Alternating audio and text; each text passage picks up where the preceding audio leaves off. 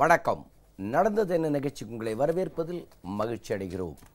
இப்பொழுது நாட்டின் தலைப்புச் செய்திகளை உருவாக்கி இந்த ஆட்சிக்கு நல்ல பெயரை வாங்கி கொண்டிருக்கிற ஒரு நடைபயண நாடோடிக்கு நன்றி சொல்ல வேண்டும் என்றால் அது ஸ்டாலினுக்குத்தான் சொல்ல வேண்டும்.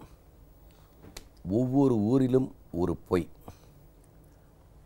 தான் திரட்டிய கட்சிக்காரர்களுக்கு மாற்றுடை உடுத்தி தன் கூடவே அழைத்து செல்வது, அவர்களை ஏதோ மக்கள் திரண்டு வருவதைப் போல காட்டுவது. அந்த ஊரை விட்டு கிளம்பி போனால் அந்த ஊர் மக்கள் சிரிக்கிறார்கள். கும்பகோணத்தருகே நெசவாளர்களை சந்திப்பதாக சாலையோரத்தில் அந்த நெசவு பாவை கண்டு வந்து காட்டியிட்டு அதை பார்வையிட்டு விட்டு போய்விட்டார். நெசவாளர்கள் வசை மாறி பொழிகிறார்கள். சிற்பக்கலை வல்லுநர்களோ உங்கள் காலத்தில் கோயிலும் கிடையாது, ஸ்ரீரங்கநாதனையும் தில்லை நடராஜனையும் பீரங்கி வைத்து பிளக்கும் நாள் என்னாளோ என்று கேட்டீர்கள், உங்கள் கோயிலும் நம்பிக்கை இல்லை, அம்மா வந்தார், கும்பாபிஷேகம் நடத்துகிறார், எங்கள் தொழில் பெருகுகிறது என்கிறார். இதற்கெல்லாம் சிகரம் வைத்தால் போல் உலக முதலீட்டாளர் மாநாடு முடிந்தவுடன் மேடையில் அறிவித்த தொகையை விட இப்பொழுது 20,000 கோடி அதிகமாக வந்திருக்கிறது. பல தொழில் முனைவோர்கள் நிலத்தை அடையாளம் கண்டு விட்டார்கள். கட்டடங்கள் உருவாக ஆரம்பித்து விட்டது. முதலமைச்சரின் ஆர்கே நகர் தொகுதியில் இதுவரை தமிழகம் கண்டிராத ஒரு வேலைவாய்ப்பு முகாம். வழக்கமாக இந்த மாதிரி வேலைவாய்ப்பு முகாம்கள் தனியார் பொறியியற் கல்லூரிகளில்தான் நடக்கும்.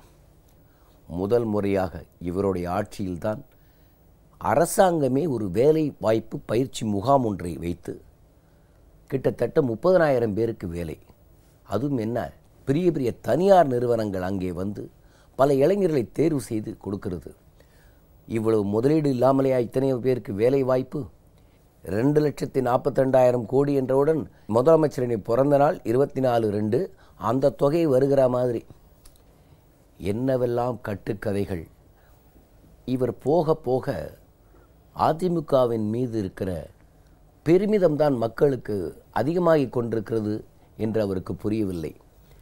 இந்த உலக முதலீட்டாளர் மாநாடு தமிழகத்தில் ஏற்படுத்தியிருக்கும் தாக்கம், அதனால் உருவாகியிருக்கும் வேலை வாய்ப்பு, இது குறித்து தான் இன்றைக்கு பேசப்போகிறோம். இது குறித்து பேசுவதற்காக மூத்த பத்திரிகையாளர் துரை கருணா அவர்கள், வணக்கம் சார். வணக்கம். சட்டமன்ற உறுப்பினர் மாஃபாய் பாண்டியராஜன் அவர்கள், வணக்கம். சமூக ஆர்வலர் கிஷோர் கே சுவாமி அவர்கள், வணக்கம். இந்த உலக முதலீட்டாளர்கள் மாநாடு முடிந்து இப்பொழுது 20,000 கோடி ரூபாய் இன்னும் அதிகமாக வந்தாலும் இருக்கிறது. இதை எப்படி பார்க்கிறீர்கள்? இந்த போஸ்ட் குளோபல் இன்வெஸ்டர்ஸ் மீட்டை உங்கள் பார்வை என்ன? உலக முதலீட்டாளர் மாநாடு என்கிற அறிவிப்பு வெளியான உடனேயே திமுக தரப்பில் ஒருவித பதற்றமும் கலக்கமும் உருவானதை பார்க்க முடிந்தது. எல்லாருமே டென்ஷனில் இருந்தாங்க.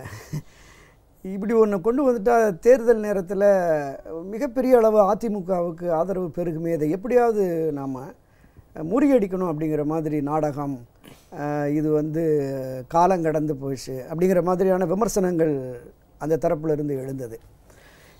இதை எல்லாவற்றையும் கடந்து 1,00,000 கோடி இலக்கு என்று இந்த மாநாட்டிற்கு இலக்கு நிர்ணயிக்கப்பட்டு மாநாட்டை நடத்தினார்கள்.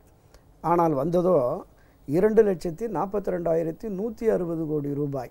நீங்கள் குறிப்பிட்டது போல இந்த ஒரு மாத காலத்தில் அதையும் தாண்டி 20,000 கோடி ரூபாய் அதிகமாக மாண்புமிகு முதலமைச்சர் அம்மா அவர்கள் அந்த மாநாட்டினுடைய நிறைவுரையிலேயே தெரிவித்தார்கள். 1,04,286 கோடி ரூபாய் உற்பத்தி தொழிலகங்களுக்கு, 1,07,136 கோடி ரூபாய் எரிசக்தி சார்ந்த தொழில்களுக்கு, 10,950 கோடி ரூபாய் தகவல் தொழில்நுட்ப திறம் அது சார்ந்த தொழிலகங்களுக்கு, 1,955 கோடி ரூபாய் கைத்தறி மற்றும் ஆடை உற்பத்தி துறைக்கு, சுமார் 800 கோடி ரூபாய் வேளாண் சார்ந்த தொழில்கள் தொடங்க, 500 கோடி ரூபாய் மீன்வளம் சார்ந்த தொழில்கள் தொடங்குவதற்கு, இப்படி ஒட்டுமொத்தமாக 2,42,160 கோடி ரூபாய் தொழில் முதலீட்டை இந்த மாநாடு தமிழகத்திற்கு கொண்டு வந்திருக்கிறது. இது ஏதோ வெறும் வெற்று அறிவிப்பு, நாடகம் என்றெல்லாம் சொன்னார்கள். இந்த தொழில்களை தொடங்குகின்ற நிறுவனம் என்பது மிகப்பெரிய அளவிலே உலக அளவிலே பிரசித்தி பெற்ற நிறுவனங்கள் தான். பல நிறுவனங்கள் இங்கே வந்து முதலீடு செய்வதற்காக வந்திருக்கிறார்கள். இது ஏதோ இந்த 2G ஏலத்தில் முன்னாடி வந்தவங்களுக்கு முன்னாடி வர்ற கம்பெனின்னு சில டுபாக்கூர் கம்பெனிகள்லாம் வந்து வாங்கின மாதிரி எல்லாம் இது இல்லை. அது வெளிப்படையாகவே தெரிகிறது. உதாரணத்துக்கு இந்த அல் கராஃபி என்கிற நிறுவனம், இது வந்து எண்ணெய் நிறுவனங்களில் மிகப்பெரிய உலகளாவிய பெரிய நிறுவனங்கள். அந்த அல் கராஃபி நிறுவனம் 30,000 கோடி ரூபாயை தமிழகத்திற்கு முதலீடு செய்ய ஒப்பந்தம் MOU போட்டிருக்காங்க. 7,000 பேருக்கு வேலைவாய்ப்பு. இந்த OPG பவர் ஸ்டேஷன் 24,380 கோடி ரூபாய் முதலீடு பண்ணுறாங்க. 3,200 பேருக்கு வேலைவாய்ப்பு. நாகார்ஜுனா ஆயில் அந்த நிறுவனம் 18,000 கோடி ரூபாய்க்கு முதலீடு செய்கிறாங்க. 1,500 பேருக்கு வேலைவாய்ப்பு. இந்த IL&FS கோஸ்டல்ஸ் 16,600 கோடி ரூபாய் அவங்க முதலீடு பண்ணுறாங்க. 2,500 பேருக்கு வேலைவாய்ப்பு. எனர்ஜன் நிறுவனம் 15,620 கோடி ரூபாய் முதலீடு செய்கிறார்கள். 1,600 பேருக்கு வேலைவாய்ப்பு. இந்த கஸ்லான் கம்பெனி அவங்க வந்து 15,500 கோடி ரூபாய்க்கு வேலைவாய்ப்பு அவங்க முதலீடு பண்ணி சுமார் 2,000 பேருக்கு வேலைவாய்ப்பு. டிமா கம்பெனி 12,600 கோடி முதலீடு, சுமார் 2,000 பேருக்கு வேலைவாய்ப்பு. இப்படி இந்த வேலைவாய்ப்பை உருவாக்குகிற இத்தனை 1000 கோடி முதலீடு செய்கிற நிறுவனங்கள் என்பது சாதாரண நிறுவனங்கள் இல்லை. இது வந்து நாம் இது நாடகத்தனம் இது இல்லைன்னு பேசுகிறதுங்கிறது ரொம்ப சிறுபிள்ளைத்தனமான செயல் அப்படிங்கிற மாதிரி தான் பொதுமக்கள் மத்தியில் இருக்குது. இன்னொன்று சொன்னீங்க, இந்த நமக்கு நாமே பயணத்தை பற்றி. அந்த பயணத்துடைய தலைப்பே தெரியுது, அது மக்களுக்கானது இல்லை. இது நமக்கு நாமே என்ன திமுக தொடங்கியது. 70களின் தொடக்கத்தில் நான் இளைஞர் மன்றம் தொடங்கினேன் அப்படின்னு சொல்லி மாறுதட்டி கொள்ளுகிற திரு ஸ்டாலின் அவர்கள் இந்த 45-50 வருஷமாக என்ன பண்ணாருங்கிற கேள்வி பொதுமக்கள் மத்தியில் இருக்குது. 1988 இந்த கட்சியினுடைய பொதுச் செயலாளராக, அனைத்து இந்த அண்ணா திராவிட முன்னேற்ற கழக பொதுச் செயலாளராக மாண்புமிகு அம்மா அவர்கள் பொறுப்பேற்கிறாங்க. 82 செப்டம்பர் 15ஆம் தேதி தன்னுடைய சுற்றுப்பயணத்தை தொடங்கிட்டாங்க. நீங்கள் உலக அரசியல் வரலாற்றில் ஒரே காலகட்டங்களில் பல ஆயிரக்கணக்கான கிலோமீட்டர் தமிழகத்தில் அவங்க கால்படாத கிராமங்களே இல்லை என்கிற அளவுக்கு இந்த சுற்றுப்பயணத்தை தொடங்கினாங்க. ஏறத்தாழ ஒரு 30-32 கிலோமீட்டர் ஒரு செய்தியாளனாக அவர்களோடு நான் பயணம் செய்தேன். தஞ்சையில் தொடங்குறாங்க முதல் பயணம். 88 செப்டம்பர் 15 திருச்சி சிந்தாமணியில் உள்ள அண்ணா சிலைக்கு மாலை அணிவித்து விட்டு அன்று மாலை 4 மணிக்கு புறப்படுறாங்க. அந்த சுற்றுப்பயணத்தை ஏற்பாடு செஞ்ச திரு செங்கோட்டையன் அவர்கள்ட்ட கேட்குறாங்க எவ்வளவு இடம் அப்படின்னு. ஆமாம், கிட்டத்தட்ட ஒரு 35 இடங்களில் நாம் பேசுகிறோமா, 46 இடங்களில் கொடியேற்றுறோம் அப்படின்னு சொல்கிறார். 36 இடங்களில் பேசணுமா? ஆமாம்மா, சின்ன சின்ன இடங்கள் தான், மக்கள் நிறைய இருப்பாங்க, சரி பண்ணிடலாங்கிறோம். 4 மணி மாலை புறப்படுறோம். மறுநாள் காலை 6-6:15 எல்லாம் தஞ்சையில் வாசல் தெளித்து கோலம் போட்டுட்டு இருக்காங்க. டூர் முடிஞ்சு வருது. அதிகாலை 3 மணி 4 மணி, நீங்கள் சொன்னால் நம்ப மாட்டேங்க, பரவாக்கோட்டை என்கிற ஒரு கிராமம். அதிகாலை 4:15 மணி அங்கே போகிறோம். ஒட்டுமொத்த ஊரும் திரண்டுருச்சு. ஆயிரக்கணக்கான பெண்கள் குடத்தில் பூரணகும்ப மரியாதையோடு வரவேற்கிறாங்க. விடிய விடிய மக்கள் காத்திருந்து வரவேற்பு கொடுத்தாங்க. அந்த பயணத்தினுடைய எழுச்சி எப்படி இருந்ததுங்கிறது அப்போவே பதிவு பண்ணியிருக்கோம் நாம் பத்திரிகைகளில். அப்படி ஒவ்வொரு மாவட்டத்துக்கும் 5 நாட்கள் 6 நாட்கள்னு சுற்றுப்பயணி சேர்ந்து இந்த மக்களையும் மக்களுடைய அந்த பகுதியினுடைய பிரச்சனைகளையும் முன்னெடுத்து பேசுவாங்க. காலையில் 6 மணிக்கு வந்த உடனே அதில் நாங்கள் பார்த்தோம், 92 இடங்களில் கொடியேற்றிருக்காங்க. சுமார் 62 இடங்களில் பேசியிருக்காங்க. இலக்கு 35-42ன்னு, ஆனாலும் 92 இடங்கள். அப்படி இதுபோல் தமிழகம் முழுவதும் 89 தேர்தல் வரைக்கும் ஒவ்வொரு மாவட்டங்கள்லையும், கன்னியாகுமரி தொடங்கி இந்த பக்கம் நீலகிரியிலிருந்து இந்த வட மாவட்டங்கள் அத்தனை மாவட்டங்களுக்கும் சுற்றுப்பயணம் போய் அதனுடைய விளைவு 89ல் 2 மாதம் அவங்க சிகிச்சையில் இருந்தாங்க. அந்தளவுக்கு மிகவும் சிரமப்பட்டு இந்த மக்களை சந்தித்து வந்திருக்காங்க. இப்போ இவர் போகிற பயணம் இருக்க, இது இந்த புலியை பார்த்து பூனை சூட மாட்டது மாதிரி. அதாவது ஒரு ஊரில் வந்து இவர் அழைத்து கொண்டு போனவர்களோடு போகிறார். இன்னொரு பகுதியில் அந்த கட்சிக்காரர்களே கொடியோடு நிற்கிறார்கள். அவர்களை பார்க்காமல் அலட்சியமாக போய்விட்டார் என்று ஈரோடு பக்கத்திலே கட்சிக்காரர்கள் அந்த தங்களுடைய திராவிட முன்னேற்ற கழக கொடியை கீழே போட்டு எரித்து விட்டதாகலாம் செய்தி வருகிறது. நம்ம அடுத்த சுற்று வருகிறோம். மிஸ்டர் பாண்டியராஜன், நீங்கள் இதை எப்படி பார்க்குறீங்க? என்னை பொறுத்த வரைக்கும் இந்த உலக முதலீட்டாளர் மாநாட்டு முடிந்த 30 நாட்களில் எந்த 98 திட்டங்கள் அறிவிக்கப்பட்டனவோ, புரிந்துணர்வு ஒப்பந்தங்கள் போடப்பட்டனவோ, அதனுடைய ப்ரோக்ரஸை வந்து அழகாக ரிப்போர்ட் பண்ணுறாங்க. அது வந்து அரசாங்கம் ரிப்போர்ட் பண்ணலாம் கூட, அந்த 98 கம்பெனிகள் ரிப்போர்ட் பண்ணிட்டு இருக்காங்க. அதை நீங்கள் ஒருங்கிணைத்து பார்த்தீங்கன்னா எனக்கே ரொம்ப அதிசயப்பட்டேன். ஏன்னா ஒரு ப்ராஜெக்டு அறிவிக்கப்பட்டு 30 நாளில் ட்ரையல் ப்ரொடக்ஷன் போகிறதுன்றது அது உலகமாக அதிசயம். 2 திட்டங்கள் வந்து ட்ரையல் ப்ரொடக்ஷனுக்கு வந்திருக்கு. இந்த ஜப்பானிய நிறுவனங்களாலே கொஞ்சம் வேகமாக எக்ஸிக்யூஷன் பண்ணுவாங்க. அதனால் இவங்க மேலே முதல்ல அறிவிக்கப்பட்டப்போ, இந்த ஜிம் முதல்ல அறிவிக்கப்பட்டது மேலே, அப்போவே முதல்ல வந்த நிறுவனங்கள் இந்த 2 நிறுவனங்களையும், டக்கசாகோ அண்ட் சகிஸ்வின்ற நிறுவனம் வந்து வாகன உதிரி பாகங்கள் செய்கிறதுல உலக புகழ்பெற்ற நிறுவனம். 110 கோடி அவங்க அறிவித்தாங்க. வல்லம் வடகாலில் அந்த திட்டம், வல்லம் வடகால் நம்ம உரகடம் பக்கத்தில் தூங்க இருந்த திட்டம் எல்லாமே மாடுலர் கன்ஸ்ட்ரக்ஷன் மூலமாக இன்னைக்கு வந்து நேற்று அறிவிச்சிருக்கிறாங்க ட்ரையல் ப்ரொடக்ஷன் எடுக்கிறோன்னு சொல்லிட்டு. 110 கோடி ஆட்டோ காம்பனன்ட்ஸ் எக்ஸ்போர்ட் ஓரியன்ட் நிறுவனம் அந்த நிறுவனம். அதே மாதிரி டக்கசாகோ, அது வந்து இந்த கேசரி கம்பெனின்னு சொல்லுவாங்க எளிமையா வந்து ஃப்ளேவர்ஸ் அண்ட் ஃப்ராக்ரன்சஸ் நிறுவனம் 61 கோடி மகாபலிபுரம் அருகில் அசண்டாஸ்ல வந்து துவங்கி அது வந்து இப்போ ட்ரையல் ப்ரொடக்ஷனுக்கு வந்துருச்சு. இது வந்து எளிய தொழில்நுட்பம் தான். அதாவது அந்த டெக்னாலஜி எல்லாமே அதை இம்போர்ட் பண்ணி அந்த எக்யூப்மெண்ட்டை கூடவே ஸ்டார்ட் பண்ணுறாங்க. ஸோ ட்ரையல் ப்ரொடக்ஷனுக்கு அதுவும் வந்திருக்கு. 2 நிறுவனங்கள் அறிவிக்கப்பட்டு 30 நாட்களுக்குள் ட்ரையல் ப்ரொடக்ஷனுக்கு போகிறதுன்றது உலகமாக அதிசயம் என்னை பொறுத்த வரைக்கும். அதே மாதிரி இந்த அறிவிக்கப்பட்ட அந்த 98 திட்டங்களையும் 8 விதமாக வகைப்படுத்தி இன்னைக்கு இண்டஸ்ட்ரீஸ் செக்ரட்டரி வந்து அறிக்கையாவே தர்றாரு. எந்த திட்டங்கள் என்ன ஸ்டேஜில் இருக்கு, ட்ரையல் ப்ரொடக்ஷனில் இருக்கு, எது இன்னும் 5 திட்டங்கள் வந்து பிளான்ட் நியரிங் கம்ப்ளீஷன், அதாவது கன்ஸ்ட்ரக்ஷன் நடந்து கொண்டிருக்கிறது, கட்டி முடிக்க போற காலகட்டத்தில் இருக்கு. பில்டிங் மெட்டீரியல்ஸ் எடுத்துக்கிட்டீங்கன்னா கிருஷ்ணகிரியில் KEF நிறுவனம் இன்னைக்கு வந்து இது அந்த நிறுவனத்துடைய பெயருடன் இந்த இடத்துல நடக்குது. போய் பார்த்துக்கிடலாம் யாரும் வந்து. இது வந்து அதே மாதிரி ATM மேனுஃபேக்சரிங் சென்னைக்கு அருகில் பெருங்குடியில், அதுவும் பெரிய அளவில் முதலீட்டில் நடக்கிற ஒரு திட்டம். டெல்டாவில் பேப்பர் ப்ராடக்ட்ஸ் திட்டங்கள், ஆட்டோ டயர் திட்டங்கள், இதெல்லாம் வந்து அடுத்த கட்டத்தில் இருக்கு. 2வது வந்து plant nearing completion kind of stage. அதுக்கப்புறம் வந்து கன்ஸ்ட்ரக்ஷன் ஆரம்பித்த திட்டங்கள். இதெல்லாம் வந்து ஓரளவுக்கு பெரிய அளவு கிரவுண்ட் ஒர்க் பண்ணி அந்த TFR DPRலாம் முடிச்சு அப்ரூவலுக்கு வந்து நிற்கிற நேரத்தில் அவங்க வந்து MOU போட்டிருக்காங்க. அப்போ அதனால தான் வந்து உங்களுக்கு இவ்வளோ குயிக்காக வந்து ரிசல்ட் காட்ட முடியுது. இந்த கட்டத்தில் இருக்கிறது பார்த்தீங்கன்னா டெக்ஸ்டைல்ஸ், 2 டெக்ஸ்டைல்ஸ் பார்க் இந்த கட்டத்தில் இருக்கு. காஸ்மெட்டிக்ஸ், நியூரோசூட்டிக்கல்ஸ், டயர்ஸ், எலக்ட்ரானிக்ஸ், இந்த மாதிரி ஸ்பெசிஃபிக்காக வந்து அவங்க கொடுத்துருக்காங்க. அடுத்து 12 திட்டங்கள் வந்து நிலம் ஒதுக்கப்பட்டு விட்டது, நிலத்தை வாங்கி விட்டார்கள் அந்த தொழில் முனைவோர்கள். கன்ஸ்ட்ரக்ஷன் வந்து இன்னும் 3 மாதங்களில், அதாவது டிசம்பர் 2015 கன்ஸ்ட்ரக்ஷன் ஸ்டார்ட் பண்ணிடுவோன்னு 12 நிறுவனங்கள் கமிட் பண்ணியிருக்காங்க. 14 நிறுவனங்கள் வந்து நிலம் ப்ரமோட்டர்ஸ்க்கு அலாட் பண்ணியாச்சு, அதை வாங்கிட்டாங்க. கன்ஸ்ட்ரக்ஷன் ஆனால் அடுத்த வருஷம் ஆரம்பிக்க போகிறாங்க. இது மாதிரி இன்னொரு 4 ப்ராஜெக்ட்ஸ் வந்து லேண்ட் ஃபைனலைஸ் பண்ணியாச்சு, ஆனால் இன்னும் அந்த முதலீட்டாளர்கள் அந்த லேண்டை வாங்காமல் இருக்காங்க. 2 ப்ராஜெக்டில் நிலத்தை இன்னும் ஃபைனலைஸ் பண்ணலை. 2 ப்ராஜெக்டில் வந்து வங்கிகள் பெரிய அளவில் வந்து வந்திருக்கிறாங்க. 2 ஜப்பானிய நிறுவனங்களை பற்றி நான் சொன்னேன், bank of Tokyo, bank of Mizuho. இந்த 2ம் போட்ட MOUக்கு உயிர் கொடுக்கும் வகையில் அவங்களோட கிளையன்ட்ஸ் எல்லாருக்குமே இந்த இடத்துல இன்வெஸ்ட் பண்றதுக்கு என்ன செய்யணும்னு சொல்லி அவங்களே ப்ராஜெக்ட் ரிப்போர்ட் போட்டு கொடுத்து அவங்க கொண்டு வர்றதுக்கு அந்த திட்டத்தை செயல்படுத்தும் வகையில் அவங்க வங்கி கிளைகளை உருவாக்கி இருக்கிறார்கள் சென்னையில். இதுக்கு மேல பாத்தீங்கன்னா சொல்லாத திட்டங்கள், மைக்ரோசாஃப்டுடைய கிளவுட் கம்ப்யூட்டிங் சென்டர் அம்மா திறந்து வச்சிருக்கிறாங்க சென்னையில்.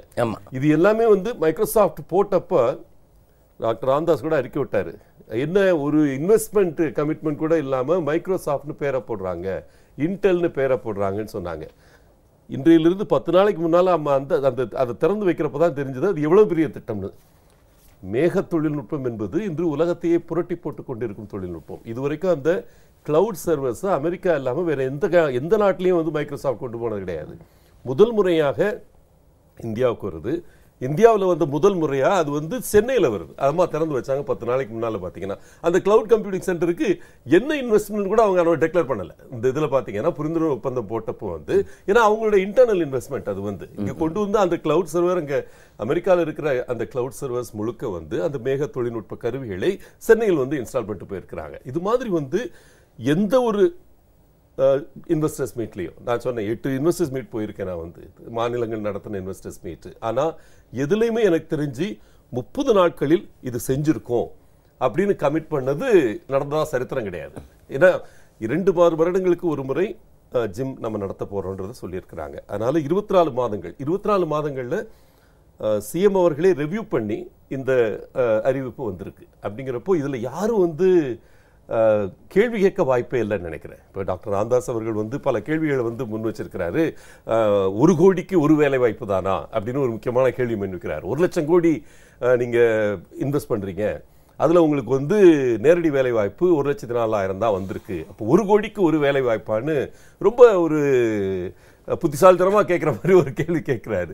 இதுல என்ன பிரச்சனைனா, நேரடி வேலை வாய்ப்பு அந்த 1 லட்சம் வர்றதுனால உங்களுக்கு பவர் ஜெனரேட் ஆகுது. 5700 மெகாவாட் பவர் அதுல ஜெனரேட் ஆகுது. அதனால உருவாகிற நிறுவனங்கள் எத்தனை, அதே போல இந்த மறைமுக வேலை வாய்ப்பு என்பது எத்தனை, இதெல்லாம் நீங்க சேர்த்து பார்த்தீங்கன்னா நீங்க அந்த கணக்கு சொல்ல மாட்டீங்க. அதே நேரத்தில் அவர் இன்னொரு கணக்கு சொல்ல மாட்டேங்கிறாரு. இப்போ 10,000 கோடி மட்டும் ஐடியில் வருது, ஆனா அதுல 2 லட்சம் வேலை வாய்ப்பு வருது. அதை பார்க்க மாட்டேங்கிறேன். 1 கோடிக்கு 20 பேர் வேலை வாய்ப்புன்னு வருது, அதையே சொல்ல மாட்டேங்கிறீங்க. இன்னொரு இப்போ எஸ்எம்இல ஸ்மால் அண்ட் மீடியம் செக்டர்ல 16,532 கோடி முதலீட்டுக்கு 1 கோடிக்கு 15 பேர் அப்படின்ற கணக்கில் வேலை வாய்ப்பு வருது, அதை ஏன் பார்க்க மாட்டேங்கிறீங்க? இது ரொம்ப கன்வீனியன்ட்டா ஒரு டேட்டாவை எடுத்துக்கிட்டு அதை கொண்டு போய் கொடுக்குற மாதிரி ஒரு விஷயம் நினைக்கிறேன். ஆனால் எனக்கு முக்கியமான கருத்து, இப்போ எந்த மாநிலத்திலும் இல்லாமல் வெளிப்படையா இத்தனை இண்டஸ்ட்ரி வந்திருக்கு, இந்த இடத்துல நடக்குது. நீங்க சொன்ன மாதிரி இப்போ வேலை வாய்ப்பு முகாம்கள் சென்னையில் மட்டும் கிடையாது, ஆர்கேநகரில் மட்டும் கிடையாது, ஏன் தொகுதியில் முந்தானத்தில் நடந்தது, இந்த விருதுநகரில் நடந்தது, ஒவ்வொரு மாவட்ட தலைநகரத்திலே நடந்துட்டு இருக்கு. நேஷனல் ரூரல் லைவ்லிஹுட் மிஷன் அதோட இணைந்து, புதுவாழ்வு திட்டத்தோட இணைந்து ஒவ்வொரு இடத்துலையும் போட்டிருக்கிறாங்க. இது ஆக்சுவலாக கூட்டி பார்த்தீங்கன்னா கடந்த 1 வாரத்தில் மட்டும் இந்த வேலைவாய்ப்பு முகாம், அரசு நடத்திய வேலைவாய்ப்பு முகாம்களில் வழங்கப்பட்ட அப்பாயின்மெண்ட் லெட்டர் இன்னைக்கு ஆர்கே நகரையும் சேர்த்து பார்த்தீங்கன்னா 50,000 தாண்டுகிறது. 1,00,000 பேருக்கு 1 வாரத்தில் இந்த வேலைவாய்ப்பு முகாம்கள் மூலம் வேலைவாய்ப்பு உருவாக்கப்பட்டிருக்கிறது. மிகப்பெரிய விஷயம். அம்மா வேலைவாய்ப்பு திட்டம், அம்மா அறிவித்த திட்டம் இன்னும் வெகு சிறு விரைவில் வந்துடும் நினைக்கிறேன். அதுல ஒரு 50,000 இளைஞர்களுக்கு சிறு குறு நிறுவனங்கள்ல அந்த அப்ரெண்டிஸ்ஷிப் ஸ்கீமை கன்வெர்ட் பண்ணி திறன் வளர்த்தல் பிளஸ் வேலை வாய்ப்புன்னு கொண்டு வர்றப்போ அதனுடைய தாக்கம் இமாலய தாக்கமா இருக்கும். இல்லை, இது நீங்கள் பார்த்தீங்கன்னா எவ்ரி டிஸ்ட்ரிக்ட் பெனிட்ரேட் ஆகிட்டே இருக்கு. கரெக்ட். அண்ட் இதனுடைய பேட்டர்ன் பார்த்தீங்கன்னா ஒரு அன்ஸ்கில்டு லேபரர்லேருந்து ஒரு ஸ்கில்டு பர்சன் வரைக்கும் இட் இஸ் பீங் டிவைடட் ஃபோர்ஸாக இருக்கு. கிஷோர், நீங்கள் எப்படி பார்க்குறீங்க? அதாவது மார்ச் 18, 1991ஆம் ஆண்டு பீகார் மாநிலத்தில் பாட்னாவில் கருணாநிதி பேசுகிறார். ஒரு பொதுக்கூட்டத்தில் பேசுகிறார், ஆங்கிலத்தில் பேசுகிறார். அவர் உரையை ஆரம்பிக்கும் போது சொல்வது, my name is Karunanidhi, I am anti national, I am a dangerous person to this country. அதாவது என் பெயர் கருணாநிதி, நான் ஒரு தேச விரோதி, நான் இந்நாட்டுக்கு அபாயகரமானவன் என்று சொல்கிறார். இதில் பார்க்க வேண்டிய விஷயம் என்னவென்றால், கருணாநிதியின் நீண்ட நெடிய அந்த வாழ்க்கையில் அவர் உச்சரித்த ஒரே உண்மை இதுவாகத்தான் இருக்க முடியும். இல்லை, அது எந்த கான்டெக்ட்ல சொல்றாரு, இல்லை நீங்கள் அவுட் ஆஃப் கான்டெக்ட்ல இருந்து எடுத்துட்டு சொல்றீங்க? அவருடைய உரையை அப்படி ஆரம்பிக்கிறார். அதில் இருக்கக்கூடிய ஒரே உண்மை அதுதான். அந்த ஒரு வரி தான் அதில் இருக்கக்கூடிய உண்மை. எனக்கு தெரிந்து அவர் வாழ்க்கையில் அவர் உச்சரித்த ஒரே உண்மை அதுவாகத்தான் இருக்க முடியும். நீதியரசர் சர்க்காரியா இவருக்கு தரச்சான்றே கொடுத்து விட்டார், விஞ்ஞான திருடர் என்று. எந்த அளவிற்கு அவர்கள் இந்த கபலீகரத்தை தொடர்ந்து இருக்கிறார்கள் என்றால், ஒட்டுமொத்த அந்த குடும்பமும் நீங்கள் பார்த்தீர்கள் என்றால், பூச்சி மருந்து முதல் போலி மருந்து வரை, வீராணம் முதல் விமானம் வரை, கோதுமை முதல் கிரானைட் வரை, அரிசி முதல் அலைக்கற்றை வரை, திரைப்படம் முதல் திரைக்கூடம் வரை, ஹார்லிக்ஸ் பாட்டில் முதல் அம்மர் கார் வரை, செம்மண் கடத்தல் முதல் செம்மொழி மாநாடு வரை, இவர்கள் விட்டு வைக்காத இடமே கிடையாது. அதாவது உலகத்தில் எங்கேயாவது கேள்விப்பட்டிருக்கீங்களா? கடல் கொள்ளையர்கள்னு இருப்பாங்க, வங்கி கொள்ளையர்கள்னு இருப்பாங்க. இவங்க அப்படி கிடையாது. இவங்க எல்லாம் ஒட்டுமொத்தமாக, அதாவது ஆல்ரவுண்டர்ஸ் என்று நீங்கள் அவர்களை சொல்லலாம். அதாவது பஞ்சபூத திருடர்கள் கேள்விப்பட்டிருக்கீங்களா? திருட்டை ஒரு குல தொழிலாகவே வைத்து செயல்படுபவர்கள். அம்மா அவர்கள் துறைதோறும் தொண்டுகள் செய்வோம் என்ற அந்த அடிப்படையில் தான் வழி நடத்துவார். இவர்கள் அப்படி கிடையாது. துறை தேடி தோண்டி திருடுவோம் என்பதுதான் இவர்கள். தேடி பிடிப்பாங்க. எப்படியெல்லாம் திருடலாம், எங்கெல்லாம் திருடலாம் அப்படின்ட்டு. இப்படி வரக்கூடிய ஒரு பின்னணியை கொண்டவர்கள் இவர்கள். இப்படியான ஒரு பின்னணியை கொண்ட சபரீசன் மனிதர்களுக்கு கொடுக்கும் மருந்தில் ஊழல் செய்து போலி மருந்தை கொடுத்து ஊழல் செய்யும் அளவிற்கு வளர்ந்திருக்கிறது. இதுதான் கருணாநிதி தமிழகத்திற்கு கொடுத்திருக்கும் வளர்ச்சி. இப்படியான ஒரு வரலாற்றை கொண்ட ஸ்டாலின் என்கிற அந்த முதியவரை வைத்து அவரது மருமகன் எடுக்கும் திரைப்படம் தான் நமக்கு நாமே, காஸ்ட்லி திரைப்படம் தான் நமக்கு நாமே, 200 கோடி செலவில் எடுக்கிறாங்க. இது படம் ஃப்ளாப். அது வந்து ரொம்ப ரொம்ப அழகாக திட்டமிடுறாங்க. அவர் எப்படி திரும்பணும், அவர் எப்படி நிற்கணும், எங்கே நடக்கணும், எங்கே உட்காரணும், யாரை கட்டி பிடிக்கணும், யார்கிட்ட எப்படி ஃபோட்டோவில் போஸ்ட் கொடுக்கணும் கொடுக்குறாங்க. 24 நவம்பர் 1981 உங்களுக்கு கண்டிப்பாக நினைவில் இருந்திருக்கும் பசுமையாக. தமிழகத்தில் ஒரு மிக அவலமான ஒரு விஷயம் நடந்தேறிய நாள். அன்னைக்கு வந்து பால் கமிஷன் அறிக்கை திருடி பத்திரிகைகளில் வெளியிட்டார் கருணாநிதி. அப்பொழுது இது வந்து இந்திய வரலாற்றிலேயே நடக்காத ஒரு விஷயம். கருணாநிதி இந்த செயல் ஏற்க முடியாது என்கிற ஒரு பரவலான ஒரு கருத்து நிலவியது. அப்போது அதிலிருந்து திசை திருப்ப வேண்டும் என்பதற்காக அப்பொழுது ஒரு நீதியை கேட்டு நெடுந்தூர பயணம் என்று மேற்கொண்டார். மதுரையில், அதாவது புகார் அளிப்பதற்கு நீங்கள் கோட்டைக்கு செல்வாங்க வழக்கம். இவர் மதுரையிலிருந்து திருச்செந்தூருக்கு சென்றார் நீதியை கேட்டு நெடும்பயணம்னு. இவர் திருச்செந்தூர் எல்லைக்கு வந்த உடனே ஏதாவது வேலை காணும், வைர வேலை காணும்னு சொல்லிட்டு போனார். இவர் ஆரம் வீரப்பனுடைய மேல் தான் அந்த குற்றச்சாட்டை வைத்தார். அந்த பயணத்தின் போதும் இதே மாதிரி தான் மயிலாட்டம் ஒயிலாட்டம் வண்டியில் வருவது, இந்த மாட்டு வண்டியில் வருவது எல்லாம் நடந்தேறியது. ஆனால் அதற்கு பிறகு அந்த சமயத்தில் நடந்த தேர்தல், ஐயா அவர்கள் சொன்னார்கள், ஒரு புரட்சித் தலைவி அம்மா அவர்கள் வந்து நீண்ட நெடிய ஒரு பயணத்தை மேற்கொண்டார், சுற்றுப்பயணத்தை மேற்கொண்டார்னு. அந்த காலகட்டத்தில் தான் இடைத்தேர்தல் வந்தது. திருச்செந்தூரில் இடைத்தேர்தல் வந்தது.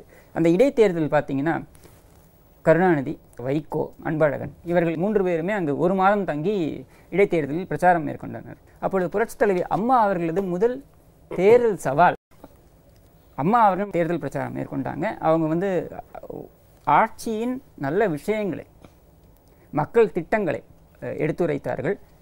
திமுக வெற்றி பெறும் என்ற அத்தனை பத்திரிகைகளும் சொல்லி வந்தன. அப்பொழுது அதை முறியடித்து அனைத்து இந்திய அண்ணா திராவிட முன்னேற்ற கழகத்துக்கு வெற்றிக்கிணையை பெற்றுக் கொடுத்தார்கள்.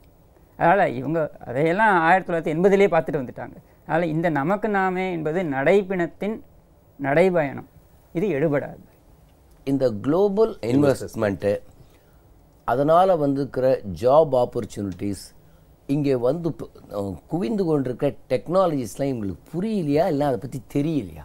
ஒரு உதாரணத்திற்கு திருப்பூரில் இப்போ ஸ்டாலின் சொல்கிறாரு, திருப்பூரில் தொழில்கள் எல்லாம் நசிந்து போய்விட்டது அப்படின்ட்டு. இவர் உண்மையாகவே இவர் திருப்பூரில் 3 இடங்களில் பேச வேண்டியது இந்த நமக்கு நாமவில். ஆனால் ஒரு இடத்தில் பேசிவிட்டு அங்கிருந்து ஆள் எஸ்கேப்பு. ஏன்னா திருப்பூரை பொறுத்த வரைக்கும் இன்றைக்கி வந்து அங்கே பிரச்சனை தொழில்கள் நசிந்து போனதில்லை. இன்றைக்கி 50,000 பேர் போனாலும் அங்கே வேலை வாய்ப்பு கொடுப்பதற்கு இருக்குது. ஆனால் அங்கே ஸ்கில்ஸ் இருக்கக்கூடிய அங்கே நபர்கள் அங்கே இல்லை, கிடைக்கல. அதற்காக தான் இப்போ இந்த உலக முதலீட்டாளர் மாநாட்டிலே நீங்கள் பார்த்தீங்கன்னாக்க ஸ்கில்ஸ் டெவலப்மெண்ட்டுக்கு முக்கியத்துவம் கொடுத்து அதை தனியாக ஒரு செமினாரும் நடத்தினார்கள். அதற்கு அதிகப்படியான முக்கியத்துவம் கொடுக்கப்பட்டுள்ளது. இப்போ நடக்கும் இந்த வேலைவாய்ப்பு முகாம், இந்த வேலைவாய்ப்பு முகாமிலே பார்த்தீங்கன்னாக்கா ஸ்கில்ஸ் அது சார்ந்த இதுக்கு தான் முக்கியத்துவம் கொடுக்குறாங்க. 21,000 நியமனங்கள் இன்றைக்கு நடக்கப் போகிறது. இன்றைக்கு நடக்கும் அந்த நியமனங்கள்னு பார்த்தீங்கன்னாக்கா முக்கால்வாசி அதுதான். இது போன்ற, அதாவது இந்த பட்டதாரிகள் அல்லாது இந்த மற்ற துறையில் சார்ந்தவர்களையும் அவர்கள் கொடுக்கிறார்கள். சார், நீங்கள் இவங்களுக்கு வந்து இந்த சினிமாத்தனமான இந்த நடைபயணத்தை ஆரம்பித்ததுலேருந்து do they have the maturity to understand இந்த அளவுக்கு இந்த டெக்னாலஜியும் இந்த இண்டஸ்ட்ரீஸும் இதை புரிந்து கொள்ளுகிற முதிர்ச்சி அவர்களுக்கு இருக்கா? இல்லை, முதல் முறையாக ஸ்டாலின் அவர்கள் பல தொழில்களை பார்க்குறாங்க. இந்த நடைப்பயணத்தில் பார்த்தீங்கன்னா ஒவ்வொரு இடத்துலையும், இப்போது சிவகாசி வந்தால் ஒரு பட்டாசு ஆலையை போய் பார்க்குறது, திருப்பூர் வந்தால் ஒரு பனியன் தொழிற்சாலை போய் பார்க்குறது, இதெல்லாம் பல விஷயங்களும் முதல் முறையாக பார்க்குறாரு. அவரே ஒத்துக்கிறார். அந்த இடங்களில் போய் வாட்டி போய் பார்க்குறாரு. இது அவருக்கு ஒரு இண்டக்ஷன் மாதிரி. கம்பெனிகளில் வந்து புதுசாக சேர்றவங்களுக்கு முதல்ல ஒரு இண்டக்ஷன் ப்ரோக்ராம்னு வச்சு ஒவ்வொரு இடத்துக்காக அனுப்பி விடுவோம். அந்த ஒரு ஹியூமிலிட்டியோட அவர் ஆக்சுவலாக பண்ணிட்டு இருந்தார்னா இது அவருக்கு ஒரு நல்ல படிப்பனையாக இருக்கும்னு நினைக்கிறேன். ஏன்னா எல்லா இடங்கள்லையும் போகிறப்ப ஏதாவது ஒரு ஃபேக்ட்ரி போய் பார்க்குறது, இது என்ன செய்கிறீங்க, எப்படி செய்கிறீங்க அப்படின்னு கேட்குறாரு. நல்ல விஷயம்னு நினைக்கிறேன். ஆனால் அது என்ன, இந்த இதில் வெளிச்சம் போட்டு அவர் என்னது காட்டுறாருன்னா அவருடைய இக்னரன்ஸை, அவருடைய அறியாமையை வந்து பல இடங்களில் வெளிச்சம் போட்டு காட்டுறாரு. திருப்பூர்லேயே சார் சொன்னாங்க, ஒரு மீட்டிங்கில் பேசுகிறாரு. அப்போ வந்து இந்தியாவிலேயே ஹோசியரியில் தலை சிறந்து இருக்கும் இந்த இடம் அப்படின்னு பேசுறாரு. இன்னொரு இடத்துல போய் சொல்றாரு யாருக்குமே வேலை இல்லை, இங்க வந்து கம்பெனி எல்லாம் மூடிட்டு போறாங்க அப்படின்றாரு. இப்போ அதே திருப்பூர்ல இருக்கிற டெக்ஸ்டைல் எக்ஸ்போர்ட்டர்ஸ் அசோசியேஷன் வந்து இந்த குளோபல் இன்வெஸ்டர்ஸ் மீட்ல வந்து 8 ப்ராஜெக்ட் வந்து அவங்க கன்ஃபர்மேஷன் போட்டு இப்போ SIMA textile processing, ST exports, Poppy knitwear, fashion knits, SRG apparel, இவங்க எல்லாம் வந்து எவ்வளவு கோடி கொண்டு வரணும், எத்தனை வேலை வாய்ப்பு தெளிவாக போட்டு கொடுத்து எம்ஓயு சக்திவேல் சார் முன்னால் நின்று எம்ஓயு போட்டு போகிறாங்க. அதான் இவர் வந்து ஸ்டாலின் அங்கே நின்று பேசுகிறாரு, ஒரு இடத்துல கரெக்டாக பேசுகிறாரு. இப்போ வந்து இந்தியாவிலேருந்து போகிற 60% ஹோசியரி இந்த இடத்துல இருந்து போகுது. 10 கோடி இருந்த ஒரு இடம் வந்து இன்னைக்கு 30,000 கோடிக்கு பக்கத்தில் எக்ஸ்போர்ட் பண்ணிட்டு இருக்கோம் அதெல்லாம் சொல்கிறாரு. அது இப்படி வந்து இப்போ அதே புறத்தில் நீங்கள் எப்படி சொல்லணும், எல்லாம் வந்து ஒன்றுமே இல்லை, உங்களுக்கு இந்த இடத்துல வந்து உங்களுக்கு பவர் இல்லை, உங்களுக்கு இது இல்லை, இந்த ஃபெசிலிட்டி இல்லை, அந்த ஃபெசிலிட்டி இல்லை, யாரோ ஒருத்தர் முன்னாள் நிற்க வச்சுட்டு அவர் சொல்லாரு ஸ்டேட் கவர்மெண்ட் எங்களுக்கு ஒன்றும் பண்ணல அப்படின்னு ஒருத்தர் சொல்ல வைக்கிறது, அதை கேட்கறது. இது வந்து அவரே முரண்பாடான கருத்துக்களை முன்வைக்கிறார். அதே மாதிரி சிவாஜி போனார்னா பட்டாசு தொழில் இன்னைக்கு வந்து அழிந்து கொண்டிருக்கிறது அப்படின்னு ஒரு பக்கம் பேசுறாரு. இன்னொரு பக்கம் அதே இதில் இன்னொரு இடத்துல போன உடனே சொல்றாரு இந்த இடத்துக்கு பெருமை சேர்க்கிறது, தமிழ்நாட்டுக்கு பெருமை சேர்க்கிறது பட்டாசு தொழில், தீப்பெட்டி தொழில், அச்சு தொழில் அப்படின்னு பேசுறாரு. இது வந்து யாரோ எழுதி கொடுத்து அதனுடைய தன்மை புரியாமல் எழுதி கொடுத்தவங்க இந்த ஹோசேரிஸ் இங்க திருப்பூர்ல இவ்வளவு பண்றாங்கன்னு சொல்லும்போது ஃபர்ஸ்ட் அந்த எழுதி கொடுத்ததன் மூலமாக அவருக்கு இன்னொன்றையாவது சொல்லியிருக்கலாம். மான்செஸ்டர் ஆஃப் த சவுத்னு கோயம்புத்தூர் சொல்றாங்க. அட்லீஸ்ட் அந்த மாதிரி வார்த்தைகள்லாம் சொல்லி கொடுத்தாலாவது ஒரு கற்றுக்கொள்ளலாம். அதுவுமே பண்ணல. அது பண்ணல. அதான் போற இடங்கள் எல்லாம் நிறைய விஷயங்கள் பண்றாரு. வடை சாப்பிட்றதுல இருந்து டான்ஸ் ஆடுறதுல இருந்து. அதான் இன்னைக்கு சோசியல் மீடியாக்கள்ல பாத்தீங்கன்னா விஜயகாந்த் அவர்களை வந்து ரீப்ளேஸ் பண்ணிட்டாங்க. வந்து ஒரு கடந்த ஒரு 3 வாரமா வந்து எந்த இதுவுமே வரல அவரை பத்தி. அந்த கிண்டல் அடிச்சு பண்றதோ எதுவுமே இல்ல, ஃபுல்லா ஆக்குப்பை பண்ணிட்டாங்க. இப்போ வந்து இந்த திட்டங்கள் வந்து கொண்டிருக்கிறது அவருக்கே தெரியும். போற இடங்கள்ல வந்து இப்போ விருதுநகர் தொகுதிக்குள்ள வந்தார்னா 2 5 megawatt unit solar plant commission ஆயிடுச்சுன்றது அவர் பாப்புறாரு. வர்ற வழியில இது என்னன்னு கேட்டிருப்பாரு. கண்டிப்பா வந்து ஒரு வர்ற வழியில தான் அந்த 2 பிளான்ட் இருக்கு. எப்போ வந்து கமிஷன் ஆனது அவருக்கு தெரியும். அது கமிஷன்னா ஒரு வேளை தப்பா புரிஞ்சுக்கிட்டாரோ தெரியல. அதுல தெரியல. சோ அதுலதான் வர்றாரு. வந்துட்டு சொல்றாரு ஒரு திட்டங்களும் தென் தமிழகத்துக்கு வரல, எங்க போச்சு தென் தமிழகம். அவர் வர்ற வழியில தான் 2வது இண்டஸ்ட்ரியல் எஸ்டேட் இருக்கு. என் தொகுதிக்குள்ள வந்து 2 இண்டஸ்ட்ரியல் எஸ்டேட் இருக்கு. அவர் அதே வழியில தான் வர்றாரு. பாக்குறாரு 13 புது தொழில்கள் அங்க உருவாகி வந்திருக்கு. சூலக்கரை ஒரு பக்கம், பாவாலி ஒரு பக்கம், 2 இருக்கு. பார்த்துட்டு வந்து நேரம் நின்று நடுமத்தில் நின்று பேசுறாரு. ஒரு தொழிலும் வரவில்லை, இங்க வந்து நசிந்து கொண்டிருக்கின்றது இங்க இருக்கிற தொழில்கள். இடிபிள் ஆயில்ஸ் காணாம போயிருச்சுங்கிறாரு. இந்த தொழில் காணாம போயிடுச்சு, அந்த தொழில் காணாம போயிடுச்சு. இப்பதானே வந்தீங்க அந்த வழியில, இப்பதானே பாத்தீங்க அந்த இடத்துல, ஏன் மறுபடியும் வந்து பேசுறீங்கன்னா ஆன்சர் கிடையாது. அடுத்த தொகுதிக்கு அதுக்குள்ள போயிடுவாரு. போய் அருப்புக்கோட்டையை பத்தி பேச ஆரம்பிச்சிருவாரு. பல இடங்கள்ல திமுக முன்னாள் அமைச்சர்கள் வரவிருக்கும் நல்ல திட்டங்களை பிளாக் பண்றாங்க. அது நிஜம். அதை அவர் பார்க்க மாட்டேங்கிறார். அவங்களே கூட வச்சுக்கிட்டு அந்த இடத்துல நின்று தொழில் வரல, ப்ராஜெக்ட் வரலன்னு சொன்னா இருந்தோம். விருதுநகர்ல வந்து ராமூர்த்தி சாலை நின்றுக்கிட்டு எந்த அமைச்சர் அந்த இடத்துல வந்து ஒரு மேம்பால ப்ராஜெக்டை வரவிடாம சட்டம் ரீதியான தடைகளை உருவாக்கி கொண்டிருக்கிறாரோ அந்த இடத்துல நின்று சொல்றாரு ஒரு திட்டமும் வரல அப்படின்னு சொல்றாரு. இது வந்து சில நேரங்கள் அறியாமையா இல்ல வேணே வந்து ஒரு சபர்டச்சான்னு எனக்கு தெரியல. ஃப்ராங்க்லி இந்த நமக்கு நாமே பொறுத்த வரைக்கும் அவர் சொல்ற ஆர்குமெண்ட்ஸ் ஒன்னொன்னும் எழுதி கொடுத்த ஆர்குமெண்டா இருந்தாலும் நான் பார்க்குறேன். அதுல எதுவுமே வந்து ஒரு சப்ஸ்டான்டிவா இல்லை. இந்த இதுல வந்து தொழில் ரீதியாக அவர் முன்வைக்கிற எந்த ஆர்குமெண்ட்டுமே, இப்போ இது வந்து ஒரு மாய்மாலம், மாயமான் ஓடுற மாதிரி இந்த 2 லட்சத்தி அது இந்த இதெல்லாம் ரொம்ப கொடுமை. அம்மாவோட பிறந்த நாள் 24/2/16ன்றதுனால அவங்க 2,42,160 சொன்னாங்க. இதெல்லாம் பயங்கர ஆராய்ச்சி பண்ணி கண்டுபிடிச்சிருக்க வேண்டிய ஒரு விஷயம். ஏன்னா 98 MOU இருக்கு, 10,773 MOU சிறு குறு நிறுவனங்களோட போட்டிருக்காங்க. இதெல்லாம் சேர்ந்து வர்ற நம்பர். அது இல்ல நான் வந்து கேக்குறேன், அது ஒரு டிவைன் பிளெஸிங்கா கூட இருந்திருக்கலாம். மேடம்க்கு ஒரு டிவைன் பிளெஸிங்கா இருந்திருக்கலாம்ல. என்ன நடக்குதுன்னா சார், திமுகவில் நீங்க திராவிட இயக்கத்தினுடைய பாரம்பரியம் உங்களுக்கு நல்லாவே தெரியும். எந்த ஒரு முடிவெடுத்தாலும் அந்த கட்சியினுடைய தலைவர், பொதுச் செயலாளர், பொருளாளர் இந்த 3 பேரும் சேர்ந்து தான் முடிவெடுத்து செயல்படுவாங்க. இப்போ நீங்கள் அண்மை காலமாக பார்த்தீங்கன்னா திமுகவினுடைய தலைவர், பொதுச் செயலாளர் சீன்லே இல்லை. காலங்காலமாக இருந்த நடைமுறையை காலி பண்ணிட்டாங்க. இப்போ பொருளாளர் கட்சியை கைப்பற்றிட்டார். அவர் தன்னை முன்னிலைப்படுத்தி அடுத்து ஆட்சி மாற்றத்தை உருவாக்கி நான் அமர்ந்தே தீர்வேன் அப்படிங்கிற ஒரு வைராக்கியம். அதுக்கு ஒரு டீமு பின்னணியில் இருந்து இவங்களை ஆப்ரேட் பண்ணுறாங்க. ஒரு சில மாவட்ட செயலாளர்கள் தென்மண்டலத்தில் அந்த நமக்கு நாமே திட்ட பயணம் முடிஞ்ச உடனே வந்து திரு கருணாநிதி அவர்களை சந்தித்து கம்ப்ளைண்ட் பண்ணியிருக்காங்க. இது மாதிரி எங்களெல்லாம் புறக்கணிச்சிடுறாங்க, என்ன நடக்குது, எங்கே போகிறாரு என்னன்னே தெரியல.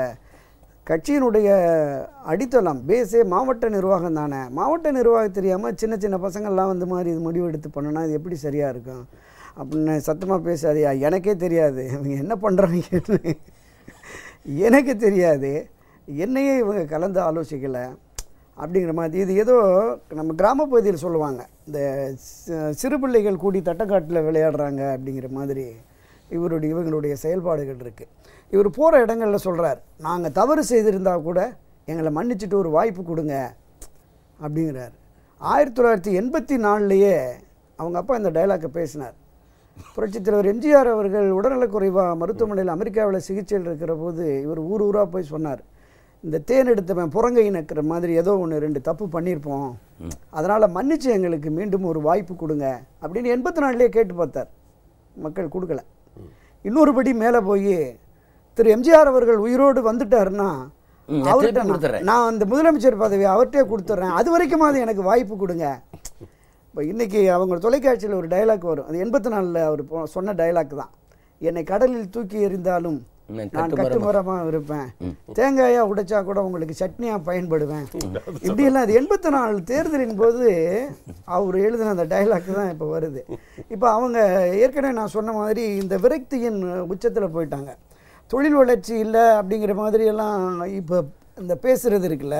91 இப்போ நாம் பேசுகிறத விடவும் இந்த பல்வேறு தகவல்களை இந்த department of industrial policy and promotion council, manufacturing sector, இந்த நிறுவனங்கள் சொல்கிறதில்ல, அசோசம், இந்தியாவுடைய விருது, இந்த தொழில்துறையில் மட்டுமே 24 விருதுகளில் ஏறத்தாழ 9 விருதுகள் தமிழ்நாட்டுக்கு கிடைச்சிருக்கிறதா சட்டமன்றத்திலே சொல்லியிருக்கிறாங்க. நீங்கள் 91 பீரியட்லேயே ஃபோர்டு, ஹூண்டாய், நோக்கியோ, ஃபாக்ஸகான் பெரும் நிறுவனங்கள் இங்கே தமிழ்நாட்டுக்கு வந்ததுனுடைய ஆரம்ப கட்டமே அதுதான். 1991 காலகட்டங்களிலிருந்தே இந்த தொழில்கள் வர ஆரம்பிச்சிருக்கு. இதில் கடந்த இந்த தமிழ்நாட்டினுடைய மொத்த உற்பத்தி 2012-2013 4,47,944 கோடியாக இருந்தது. 13-14 4,80,618 கோடியாக உயர்ந்திருக்கிறதுன்னு ஆதாரத்தோடு சொல்கிறாங்க. இந்த இந்திய பொருளாதார கண்காணிப்பு மையம் அதனுடைய புள்ளி விவரப்படி இந்த ஒட்டுமொத்த நிலுவை முதலீடுகள்னு 2011 ஏப்ரலில் சுமார் 7,38,232 கோடி, இந்த ஜூன் 2015 9,99,940 கோடி ரூபாய். இதில் 2,60,000 கோடி அதிக முதலீடுகள் ஈட்டிருக்கிறது அப்படிங்கிறதையும் சொல்கிறாங்க. இப்போ பல நிறுவனங்கள் வந்து இங்கே இந்த பெரிய தொழில்கள் மட்டும் இல்லை, இந்த சிறு தொழில்கள் நிறுவனம் சிப்காட் மூலமாகவே 12 மாவட்டங்களில் 31,645 ஏக்கர் நிலப்பரப்பில் 20 தொழில் வளாகங்கள், தொழில் பூங்காக்கள், இந்த வளர்ச்சி மையங்கள், அதாவது 6 சிறப்பு பொருளாதார மண்டலம் உட்பட கொண்டு வந்திருக்குங்கிறத ஆதாரபூர்வமாக அமைச்சரை, தொழில்துறை அமைச்சரை சட்டமன்றத்தில் சொல்கிறார். வளர்ச்சி இல்லை வளர்ச்சி. இப்போ இதில் 24,115 ஏக்கர் நிலப்பரப்பில் 2,262 தொழில் நிறுவனங்களுக்கு 19,774 ஏக்கர் நிலம் ஒதுக்கீடு செய்யப்பட்டிருக்கிறது. அதுபடி கிட்டத்தட்ட 1,02,283 கோடி ரூபாய் முதலீடும் சுமார் 6 லட்சம் நபர்களுக்கு நேரடி மற்றும் மறைமுக வேலைவாய்ப்பும் ஏற்படுத்தப்பட்டிருக்கிறது அப்படிங்கிறது ஆதாரபூர்வமாக சட்டமன்றத்திலே தகவல் சொல்கிறார். வெறும் அறிவிப்புகள் தான், வேலை வாய்ப்பெல்லாம் இல்லை, ஏமாத்துறாங்க அப்படிங்கிறது, யார் ஏமாத்துறாங்கிறத ஜனங்க தெளிவாக இருக்கிறாங்க. அந்த விஷயம் பீப்புள் ஆர் வெரி கிளியர் இருக்காங்க. இப்போ இன்னொன்று ஒன்று சொல்கிறாரு, முதலமைச்சரை அமைச்சர்களே பார்க்க முடியல, டோட்டல் ஒரு அவல நிலை இருக்கிறதா ஒவ்வொரு ஊராக ஸ்டாலின் சொல்லிகிட்டே போகிறாரு. அதை பற்றி என்ன நினைக்கிறீங்க? முக்கியமாக அவர் சொல்கிறது பார்த்தீங்கன்னா மின்சாரத்தை பற்றி அவர் சொல்கிறார். 1 மெகாவாட் மின்சாரமாவது நீங்கள் அதிகமாக உற்பத்தி செய்தீர்களா அப்படின்ற ஒரு கேள்வியை முன்வைக்கிறார். முதலானது ஸ்டாலின் தெரிந்து கொள்ள வேண்டிய விஷயம் என்னவென்றால், அவர் ஊர் சுற்றி ஊதாரியாக அலைந்து இருந்த காலகட்டத்திலேயே, அதாவது ஒரு வரலாற்று சிறப்புமிக்க ஒரு நிகழ்வு நடந்தது. இது என்னன்னா 23/4/1984 ஒரு வரலாற்று சிறப்புமிக்க நாள் அது. அன்றைக்கு தான் மாநிலங்களவையில் புரட்சித் தலைவி அம்மா அவர்கள் அவரது கன்னி பேச்சை முன்வைக்கிறார்கள். அதுவே பவர் ப்ராஜெக்ட் தான், பவர் ப்ராஜெக்ட் ஃபார் தமிழ்நாடு. இது அற்புதமாக பேசுகிறாங்க அவங்க. She says, and I quote, I deem it a great honor to stand here and speak on the floor of the very same Rajya Sabha, where 22 years ago, in 1962, our great departed leader, Anna, rose to make his forceful maiden speech, which electrified the entire nation. While Anna electrified the whole country with his maiden speech, the theme of my maiden speech today is going to be dedicated mainly to the subject of electricity. My leader, the Chief Minister of Tamil Nadu, Dr. NGR, the founder leader of the All India Anna Dravida Munnetra Kazhagam, to which I have the honor to belong, has sent me here, together with my colleagues in the party, to echo the voice of the people of Tamil Nadu in this national forum என்கிறார். அவரது கன்னி பேச்சில் அவர் சொன்னது என்ன, முன்வைத்தது என்ன, மாநிலத்திற்கான நலன். அது மட்டுமல்லாது கல்பாக்கம் மற்றும் நெய்வேலி இந்த 2 இடத்திலும் இருக்கக்கூடிய அந்த மின்சார உற்பத்தியகங்களை, அங்கே உற்பத்தியாகும் மின்சாரம் என்பது தமிழகத்திற்கே கொடுக்கப்பட வேண்டும், அது பிற மாநிலங்களுக்கு கொடுக்கக்கூடாது என்று அது வாதாடி அந்த பேச்சை முன்வைக்கிறார். இது ஒரு கோரிக்கையாக வைக்கிறார். கோரிக்கையாக வைத்ததை பின்னர் செயல் வடிவம் கொடுத்தால் அதையும் பார்ப்போம். ஆனால் இதில் நீங்கள் இது ஸ்டாலின் என்று இல்லை, கருணாநிதியும் இதை பற்றி பேசியிருக்கிறார். ஒரு அறிக்கையை விட்டுருக்காங்க. கருணாநிதியின் அறிக்கை இதில் அவர் சொல்கிறார், வல்லூர் 3ஆம் அலகு 500 மெகாவாட், வடசென்னை 1ஆம் அலகு 600 மெகாவாட், வடசென்னை 2ஆம் அலகு 600 மெகாவாட், தூத்துக்குடி 2 அலகுகள் 1000 மெகாவாட். ஆக இந்த திட்டங்கள் எல்லாமே திமுக கழக ஆட்சியிலே தொடங்கப்பட்டவை தான் என்று அவர் சொல்லியிருக்கிறார். அது உண்மை, பாதி உண்மை. ஆனால் அதோடு அது முடிகிறது. அதற்கு பதிலளித்திருக்கிறார் முதல்வர். ரொம்ப தெளிவாக சொல்லியிருக்காங்க. அதாவது முதல்வரும் அதை மறுக்கலை. அவங்க என்ன சொல்கிறாங்கன்னா, திமுக 5 ஆண்டு கால அந்த ஆட்சி காலத்தில் பணிகளே நடைபெறவில்லை என்று சொல்கிறார். அங்குதான் எல்லா உண்மையும் ஒளிந்திருக்கிறது. இப்போ இவங்க வெள்ளை அறிக்கைன்னு ஒன்று கேட்குறாங்க. எனக்கு தெரிந்து கடைசியாக 1960களுக்கு அப்புறம் யாருமே எந்த அரசாங்கமும் வெள்ளை அறிக்கைகள் கொடுத்ததில்லை. இதில் பெரிய இது என்ன நகைச்சுவை என்னென்னா, தகவல் அறியும் உரிமை சட்டம் இருக்குது, RTI இருக்குது, மின்சாரத்துறை அரசாங்க நிறுவனம். நீங்கள் 10 ரூபா ஸ்டாம்ப் போட்டு ஒட்டி கவர் போட்டு அமிச்சிங்கனாக்கா உங்களுக்கு வரப்போகுது தகவல். வரலைன்னா நீதிமன்றத்தை நாடி நீங்கள் அந்த தகவலை பெற முடியும். அதுதான் அந்த சட்டத்தின் இதுவே சிறப்பம்சமே. அப்படின்னும்போது என்ன வெள்ளை அறிக்கை நீங்கள் கேட்குறீங்க? அண்ட் இதில் இன்னொரு இது என்னென்னா, எல்லாமே தமிழ்நாடு மின் உற்பத்தி மற்றும் பகிர்மான கழகத்தின் வலைதளத்தில் எல்லாமே இருக்கிறது, மிக தெளிவாக இருக்கிறது. Everything is available. tangetco.gov.in இந்த வெப்சைட்டுக்கு நீங்கள் போனீங்கன்னாக்க உங்களுக்கு தேதி வாரியாக மைல்கல் வாரியாக எல்லாமே இருக்கிறது. இப்போ உதாரணத்திற்கு வல்லூர் 1ஆம் அலகு பற்றி இவர் பேசியிருக்கார். தொடங்கி இருக்க வேண்டிய தேதி பார்த்தீங்கன்னா அக்டோபர் 2010. ஆனால் தொடங்கிய தேதி எப்பொழுது? 29/11/2012, அதாவது அதிமுக ஆட்சி காலம். வல்லூர் 2ஆம் அலகு தொடங்கி இருக்க வேண்டிய தேதி பார்த்தீங்கன்னா மார்ச் 2011. தொடங்கிய தேதி பார்த்தீங்கன்னா 25/8/2013 அதிமுக ஆட்சி காலத்தில். வல்லூர் 3ஆம் அலகு தொடங்கி இருக்க வேண்டிய தேதி பார்த்தீங்கன்னா செப்டம்பர் 2012. தொடங்கிய தேதி பார்த்தீங்கன்னா பிப்ரவரி 2014. இதில் முக்கியமான விஷயம், 60% பணி 2011 ஆட்சி மாற்றத்திற்கு பின்னர் தான் மேற்கொள்ளப்பட்டிருக்கிறது. அதே மாதிரி வடசென்னை 1ஆம் அலகு தொடங்கி இருக்க வேண்டிய தேதி 23/5/2011. தொடங்கிய தேதி ஜனவரி 2014. இதில் 80% பணி 2011க்கு அப்புறம் தான் நிறைவேறி இருக்கிறது. தூத்துக்குடி 2 அலகுகள் 1000 மெகாவாட். இது தொடங்கி இருக்க வேண்டிய தேதி பார்த்தீங்கன்னா ஆகஸ்ட் 2012. அது தொடங்கப்படும்னு அறிவிப்பு விட்டது 2008. 2008ல 2010 வரைக்கும் என்ன செஞ்சுருந்தாங்க நமக்கு தெரியாது. அதுவும் இருக்குது, என்ன செஞ்சுருந்தாங்க ஒன்றும் இல்லை, எம்டின்னு தான் இருக்குது அது. ஆனால் தொடங்கிய தேதி பார்த்தீங்கன்னா பிப்ரவரி 2014. 50% பணி 2011க்கு பிறகுதான் எடுத்துக்கொள்ளப்பட்டிருக்கிறது. இது எல்லாமே முதல்வர் துரிதப்படுத்தி இருக்கிறார். நீங்கள் வலைக்கு சென்றீங்கன்னா ஒவ்வொரு மைல்கள், ஒரு திட்டத்திற்கு 8லிருந்து 9 மைல்கள் இருக்கும். அதை நீங்கள் பார்க்கலாம். தேதியும் அது முடிக்கப்பட்ட நாளும் உள்ளன, எல்லாமே இருக்குது. அது பலவற்றுக்கு மைல்ஸ்டோன் டேட்ஸ் பார்த்தீங்கன்னா 2011க்கு அப்புறம் தான் இருக்குது. இது எல்லாமே நான் ஆதாரம் இல்லாமலோ இல்லை இது இல்லாமலோ பேசலை, இது எல்லாமே கொண்டு வந்துட்டு தான் சொல்கிறேன். இந்த மின்சாரம் இது தொடர்பாக பேசுவதற்கு திமுகவிற்கு எந்த அருகதையும் இல்லைங்கிறதுக்கு ஒரு சின்ன உதாரணம் சொல்கிறேன். 1971ஆம் ஆண்டு சென்னையில் அந்த மின்சார தலைமை நிலைய தொடக்க விழாவில் அன்றைய முதலமைச்சர் கருணாநிதி ஒரு கவிதை வாசிக்கிறார். பொன்சாரம் இட்டழைக்கும் பூமான்கள் வீட்டிற்கே மின்சாரம் போமென்ற நிலை மாற்றி 72க்குள் எங்கனும் மின் இணைப்பு எந்தமிழ் தாய் திருநாட்டில். இது எப்போ சொல்கிறாரு? 1971 சொல்கிறார். ஆனால் அதற்கு பிறகு முதலமைச்சர் எம்ஜிஆர் அவர்கள் 3 ஆண்டு வந்ததும், புரட்சித் தலைவர் அம்மா அவர்கள் ஒரு 3 ஆண்டுக்கு வந்தோம். பல ஆயிரக்கணக்கான கிராமங்களுக்கு மின் இணைப்பை இவங்க தான் கொடுத்தாங்க. ஆமாம். இவர் 76 வரைக்கும் ஆட்சியில் இருந்து மின் இணைப்பு கொடுக்கல. இன்னொன்று, சட்டமன்றத்தில் மின்சாரத்துறை அமைச்சரே சொல்லியிருக்கிறார், இந்த கடந்த 4 ஆண்டுகளில் ஏற்கனவே இருக்கிற தொடங்கப்பட்ட இந்த மின் உற்பத்தி நிலையங்களில் கூடுதல் மின் உற்பத்தி 70%, 80% இருந்ததை 90% வரைக்கும் கொண்டு வந்திருக்கோம். அதை பராமரித்து சரிப்படுத்தி சில இடங்களில் 200-300 மெகாவாட்டு வெளிமாநிலம் கொண்டு வந்து ஏறத்தாழ ஒரு 3500-4000 மெகாவாட்டு அதிகமாக கடந்த ஆட்சி காலத்தை விட கொண்டு வந்தோம் அப்படிங்கிறத புள்ளிவிவரத்தோடு சொல்கிறாங்க. ஆனால் இவங்க எதையுமே ஏற்றுக்கொள்ளாமல் வெறும் அரசியல், இந்த அரசியல் காழ்ப்புணர்வு அப்படிங்கிற அளவில் தான் இவங்களுடைய செயல்பாடுகள் வந்து இருக்குது. அதனால் ஒவ்வொரு முறையும் 89-90 காலகட்டங்களில் இந்த நாட்டை இருளடைஞ்சு போயிட்டாங்க. நண்பர் சொன்னார், இந்த 91 மின்சாரத்துறை தொடர்பாக ஒரு வெள்ளை அறிக்கையை அம்மா கொடுத்தாங்க. எவ்வளவு கடன் கட்டுறோம், எவ்வளவு கடன் வச்சுட்டு போனாங்க, எந்த அளவுக்கு இந்த மின் உபகரணங்கள் வாங்கினதுக்கு எவ்வளவு பாக்கி வச்சுட்டு போனாங்க அப்படிங்கிற டீட்டெயிலாம் கொடுத்து சம்பளம் கூட கொடுக்க முடியாத நிலை இருக்குங்கிறத 91 அன்றைக்கி அசம்பிளிலேயே சொல்லியிருக்கிறாங்க. இது மாதிரி பல காலகட்டங்கள். அதே மாதிரி அந்த 91-96 காலகட்டங்களில் தமிழகத்தினுடைய மின் மிகை மாநிலமாக உருவாக்கி வச்சுட்டு போகிறாங்க. 96-2001 காலகட்டங்களில் வந்து எந்தவித மின் திட்டத்தையும் தொடங்காமல் கொஞ்சம் கொஞ்சமாக வந்து ஒரு மின்வெட்டை உருவாக்கி வச்சுட்டு மின்தடை காலத்தோடு தான் அவங்க ஆட்சி காலம் போகுது.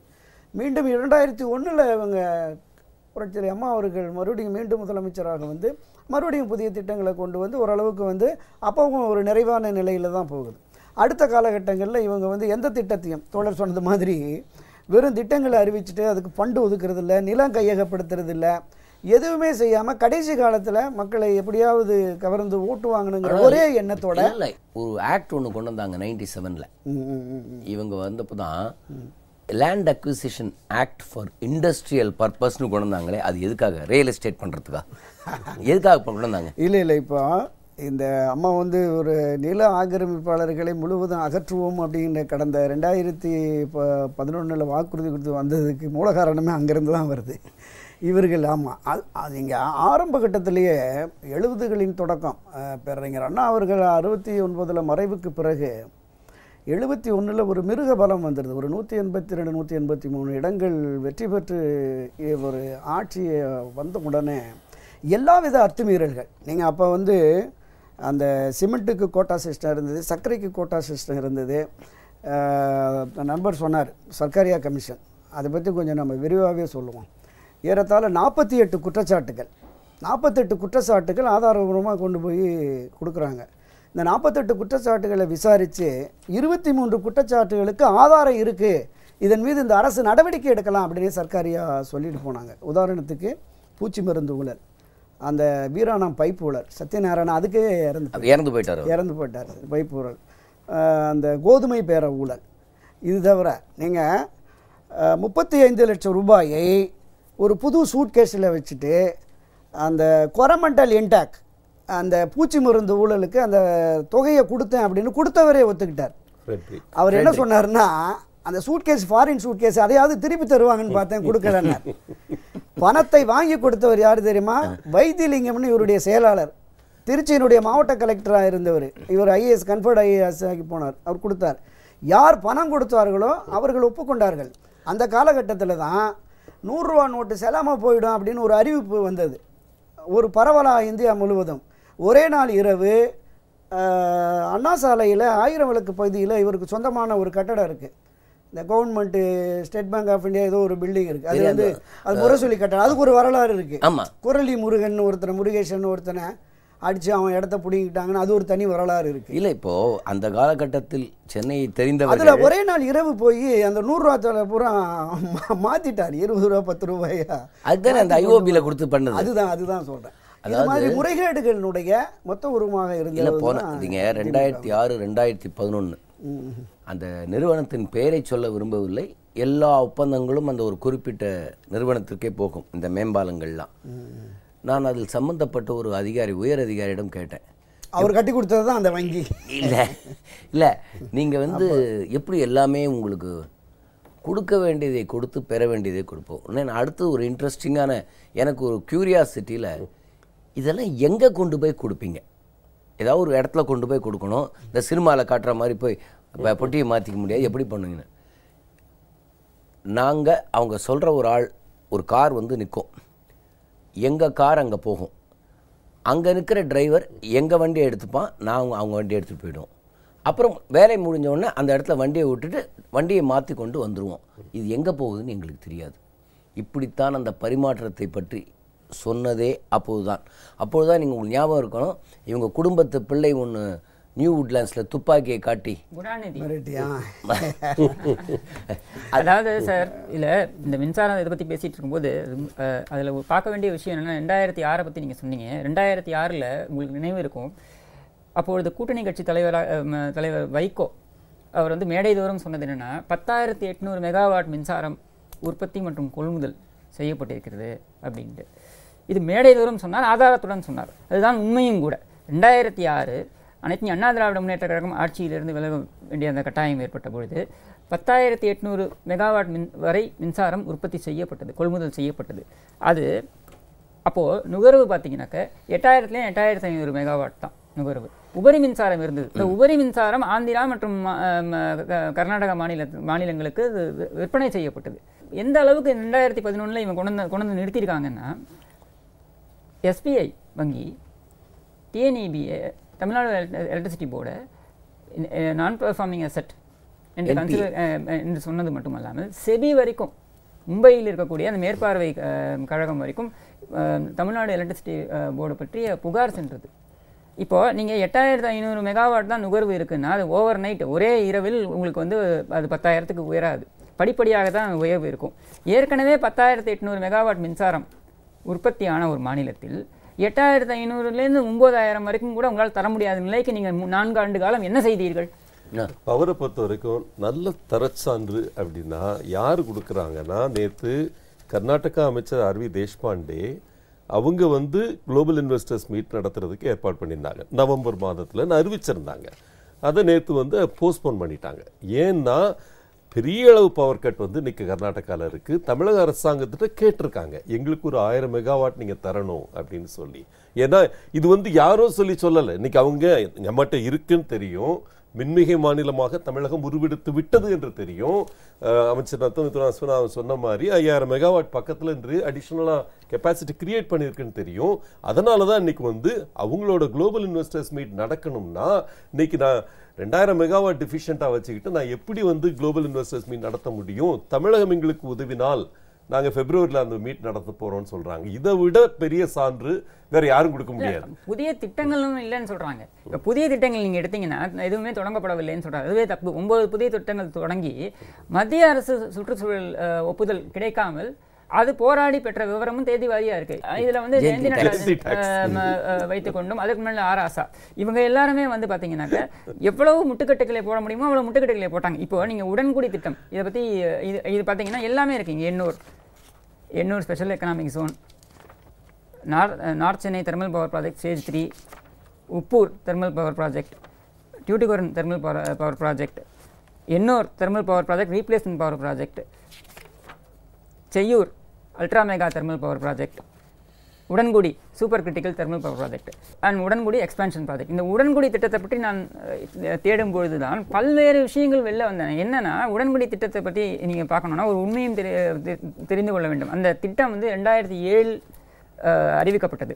பிஹெச்இஎல் மற்றும் தமிழ்நாடு எலக்ட்ரிசிட்டி போர்ட் தலா 26% பங்குகளும் மிச்சம் வந்து 48% வந்து தனியார் வசமும் இருக்கிற மாதிரி இவங்க இது பண்ணாங்க. அப்போ அதில் எக்ஸ்பர்ட் அப்ரைசல் கமிட்டி வந்து இஎஸ்சி மத்திய அமைச்சகத்தின் எக்ஸ்பர்ட் அப்ரைசல் கமிட்டி ஒப்புதல் கொடுத்த பின்னரும் நிலக்கரி உங்களுக்கு வருவதற்கான வாய்ப்பு இல்லை, அதனால் நிறுத்தி வைக்கிறோம்னு மத்திய அரசாங்கம் நிறுத்தி வைத்தது திட்டத்தை. அப்போ அவர் பிப்ரவரி 2012 வரை பொறுத்து பார்த்தார் முதல்வர். அதற்கப்புறம் என்ன சொல்லிட்டாங்க, உங்கள் பொங்க சோதரமான பூசாரித்தனம் பண்ணுறான், நீ வெளியில் போ, தனியாரும் வெளியில் போ, இது ஸ்டேட் செக்டார் ப்ராஜெக்டாக நாங்கள் அனௌன்ஸ் பண்ணுறோம்னு அனௌன்ஸ் பண்ணிட்டாங்க. அது மட்டும் இல்லாமல் தனியார் பங்குகளை ரத்து செய்து பிஹெச்இஎல் பங்குகளை ரத்து செய்து முழுவதையும் தமிழ்நாடு எலக்ட்ரிசிட்டி போர்டே எடுத்துக்கொள்ளும்படி வழி செய்து விட்டார். நிலக்கரியும் நீங்கள் தர வேண்டாம், இந்தோனேஷியாவிலேருந்து ஒப்பந்தம் போட்டு இவர்கள் கொண்டு வந்ததை போல தரமற்ற நிலக்கரி அல்ல, தரமுள்ள நிலக்கரியை அங்கிருந்து இங்கே கொண்டு வந்து அதன் அடிப்படையில் துரிதமாக பணிகளும் நடைபெற்று இப்பொழுது நமக்கு அது முழு மின்சாரம் நமக்கு கிடைக்கிற மாதிரி, மாநிலத்துக்கே கிடைக்கிற மாதிரி.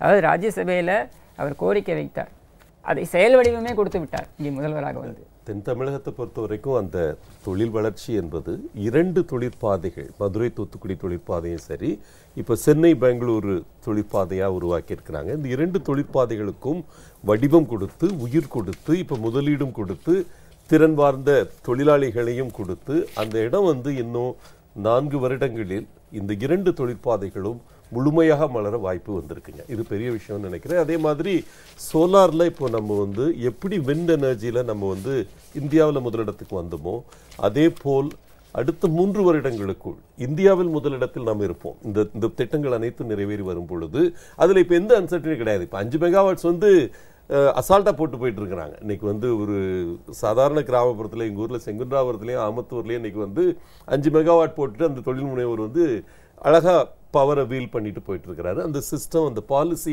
எந்த பாலிசியை எல்லாரும் போட்டு தாக்குனாங்களோ, தமிழ்நாடு தப்பா போட்டுருச்சு பாலிசி, சில பேர் கோர்ட்டுக்கு போறாங்க, சில பேர் அங்க போறாங்க, இங்க போறாங்க. இன்னைக்கு அவங்களே எழுந்துன்னு பாக்குறாங்க எப்படி 17 திட்டங்கள் வந்துச்சு ஒரே நேரத்தில். ஸ்டாலின் இப்போ எந்த இடத்துல என்ன கொண்டு வர போறீங்க, 1000 கோடி லட்சம் கோடிங்க அப்படிங்கிற மாதிரி எல்லாம் சில இடங்களில் கேட்டுட்டு இருக்காரு. அதுலேயுமே எங்கெங்கே என்னங்கிறதையும் குறிப்பிட்ட சில கம்பெனிகள் சொல்லியிருக்கிறாங்க. இப்போ துபாய் நிறுவனம் தூத்துக்குடியில் ஆயில் சுத்திகரிக்கும் கம்பெனி 30,000 கோடி ரூபாயில் நிறுவ போகிறாங்க. நாகப்பட்டினத்தில் நிலக்கரி ஏற்றுமதி சம்பந்தமான கம்பெனி 24 கோடி ரூபாயில் அமைக்க போகிறாங்க. தைவானை மையமாக கொண்ட ஒரு நிறுவனம் கிருஷ்ணகிரியில் எலக்ட்ரானிக்ஸ் ஹார்ட்வேர் சம்பந்தமான கம்பெனி அமைக்க போகிறாங்க. திருச்சியில் உணவை பதப்படுத்தும் அதை தயாரிக்கிற கம்பெனி ஒன்று வருது. உரகடத்தில் ஒரு புகழ் வாய்ந்த டயர் கம்பெனி 2700 கோடி ரூபாயில் ஒரு நியூ பிளான்ட் ஒன்று போட போகிறாங்க.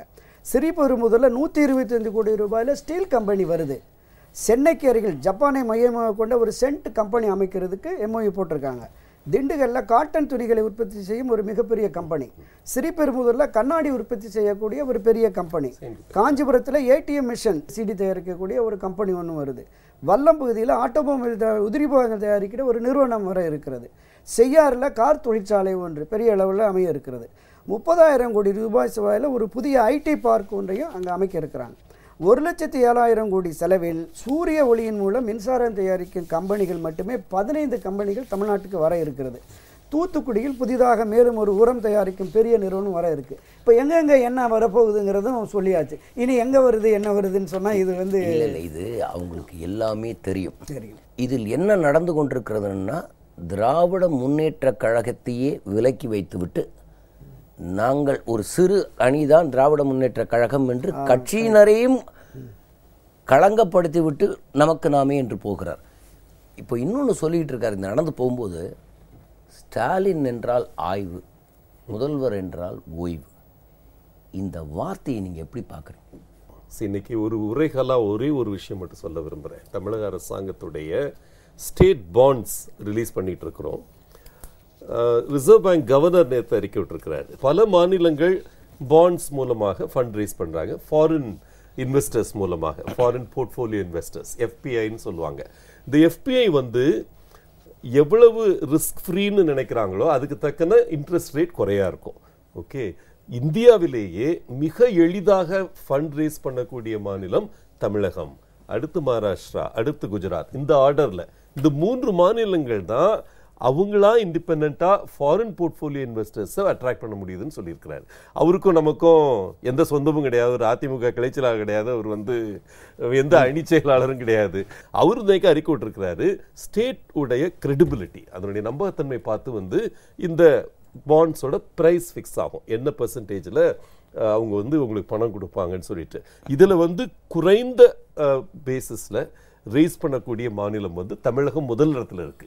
இதுக்கு என்ன அர்த்தம்னா, இது நிர்வாக நிதி நிர்வாகத்துடைய சீர்மையை உணர்த்தும் விஷயம். எந்த அளவுக்கு இப்போ எல்லாம் சொல்றாங்க, நிறைய கடன் எடுத்துட்டீங்கன்னு சொல்றாங்கல்ல. கடன் கலாச்சாரத்திலிருந்து முதலீட்டு கலாச்சாரத்திற்கு மிக வேகமாக சென்று கொண்டிருக்கிறது தமிழகம். நீங்க 2,42,160 கோடி வருது அப்படின்றதுக்கு என்ன இன்னொரு கவுண்டர் என்னன்னா, அந்த அளவுக்கு நம்ம கடன் குறையும், அந்த அளவுக்கு நம்முடைய வருமானம் உயரும். 1,59,000 கோடி பட்ஜெட் இன்னைக்கு கொண்டு வந்துட்டோம். முதல் முறையாக 10 லட்சம் கோடிக்கு மேல நம்ம ஜிடிபி உயரப்போகிறது. இதெல்லாம் பெரிய விஷயங்கள். இது ஒரு முதலமைச்சர் இயங்காம நடக்க போறதில்லை. நீங்க நான் ஒரு நாளைக்கு 8 மணி நேரம் நின்றுகிட்டே கொடுத்தேன், சுய உதவி குழுக்கு கடன் கொடுத்தேங்கிறதோ, இல்ல ஒரு நாளைக்கு நான் 5 மணில இருந்து 8 மணி வரைக்கும் நடந்துகிட்டே இருந்தேங்கிறதோ முக்கியம் கிடையாது. நீங்க என்ன டெலிவர் பண்ணீங்கன்றதான் முக்கியம். இதை பொறுத்த வரைக்கும் இன்னைக்கு ஒவ்வொரு அரசு அதிகாரியும் முதலீட்டாளர்களை நாடி சென்று, முதலீட்டாளர்கள் வந்து டெஸ்க் டு டெஸ்காக போகாமல் இவங்க வந்து ஒரு ஐஏஎஸ் ஆஃபீஸர் 98 ப்ராஜெக்ட்டுக்கு ஒவ்வொன்றுக்கும் ஒரு ஐஏஎஸ் ஆஃபீஸர் இருக்காங்க, அவங்க சேஸ் பண்ணிட்டு இருக்காங்க, அவங்க ஒர்க்கை ரிவ்யூ பண்ணிட்டு இருக்காங்க. சென்ற வாரம் கூட இந்த இது பற்றி ஒரு ரிவ்யூ இருந்தது. அது முடிஞ்ச உடனே மினிஸ்டர் ஆஃப் அந்த இண்டஸ்ட்ரீஸ் மினிஸ்டர் வந்து அறிக்கை கொடுத்துருக்கிறாரு, செக்ரட்டரி அறிக்கை கொடுத்துருக்கிறாரு, எந்த ப்ராஜெக்ட் எந்த ஸ்டேஜில் இருக்குன்னு சொல்லிட்டு. இன்னைக்கு வந்து காணொலி காட்சி மூலம் துவங்கி வைக்கிறாங்க அப்படின்றத ஒரு குத்தமாக சொல்கிறாங்க. ஒரு காணொலி காட்சி மூலம் துவங்கி வைக்கிறப்போ ஒரே நேரத்தில் எவ்வளோ சாதிக்க முடியுது? எல்லா இடங்களுக்கும் போய் திறந்து வச்சுட்டு இருக்க முடியுமா? சலூன் கடையை திறந்து வைக்கிறது ஒரு சீஃப் மினிஸ்டர் வந்தாருங்க ஒரு காலகட்டத்தில். அந்த மாதிரி வந்து அந்த இடத்துக்கு நுங்கம்பாக்கத்தில் அவர் வந்தாரு வச்சு எங்க ஆஃபீஸ் பக்கத்தில் அவ்வளோ பெரிய கிரௌட் ஆகி போயிடுச்சு. அவர் வந்து சலூன் கடை எதுக்கு வந்திருக்காரு? சலூன் கடை திறந்து வைக்கிறார். எத்தனை பேருக்கு வேலை வாய்ப்பு? 3 பேர் வேலை வாய்ப்பு அந்த இடத்துல அப்படின்னு சொல்லி சலூன் கடை திறந்து வைக்கிறாரு. இன்னும் அறிக்கைகள் 110 வருதுன்னா ஒவ்வொரு அறிக்கையிலும் வளர்ச்சி திட்டங்கள். இது வந்து அந்த வளர்ச்சி திட்டங்கள் வந்து எந்த மாநிலங்கள்லையும் கிடையாது இந்த அளவுக்கு. இப்போ நீங்கள் அதை சேர்த்து பார்த்தீங்கன்னா அவர் கருணாநிதி வந்து கணக்கு போட்டு சொல்கிறாரு எத்தனை கோடி அதில் வந்து அறிவிச்சிருக்காங்க அப்படின்னு சொல்லிட்டு, அது ஒரு கணக்கு போட்டு 5% தான் வந்திருக்கு அப்படின்னு ஒரு கணக்கு கொடுத்தாரு. அவர் கணக்கு ஒரு பாதி கரெக்டாக. அதில் வந்திருக்கிற திட்டங்கள், அறிவிக்கப்பட்டிருக்கிற திட்டங்கள் வந்து 4 லட்சம் கோடிக்கு மேலே. இது நிஜம்தான், 4 லட்சம் கோடிக்கு மேலே. ஆனால் அவர் என்னத்தை பார்க்கணும்னா 1,59,000 கோடிக்கு பட்ஜெட் கொண்டு போயிட்டோம். இந்த 5 வருஷங்களில் நம்ம பட்ஜெட் சைஸ் வந்து 5 வருடங்களில் 6.5 கோடிக்கு மேல் நமது பட்ஜெட் போயிருச்சு. இந்த இதில் போட்டது திமுக அரசாங்கத்தில் இருந்த 5 வருஷத்தை விட 2.5 மடங்கு நம்ம வந்து பட்ஜெட் சைஸ் உயர்ந்திருக்கிறது.